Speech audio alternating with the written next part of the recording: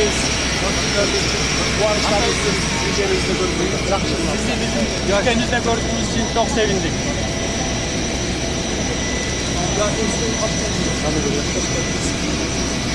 Nasılsınız? İyi misiniz? Hoş geldiniz. Hoş bulduk.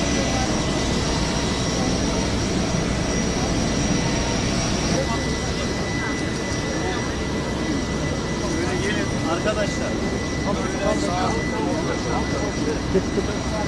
Bizim ata-oğlardan beri salgurun hancılarımız. Bizim ata babalarımızdan bile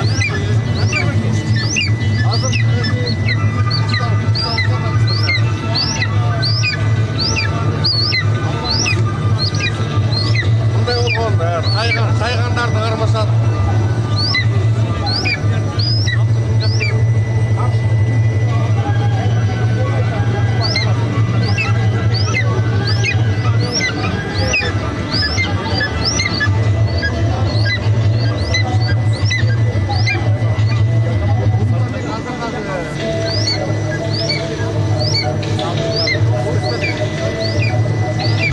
Gel biraz daha gel. Gel iyice gel. Gel.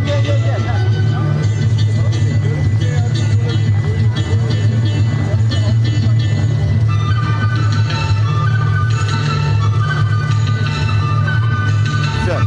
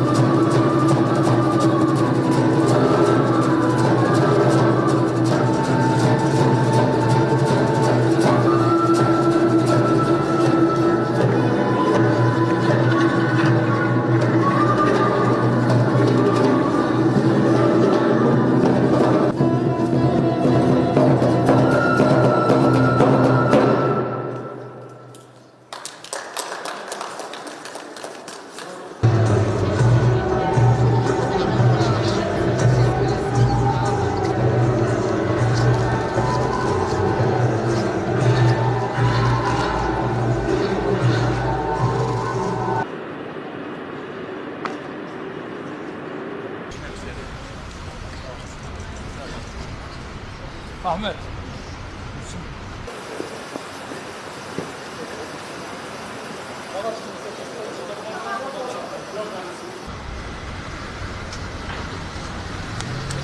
Dur gel.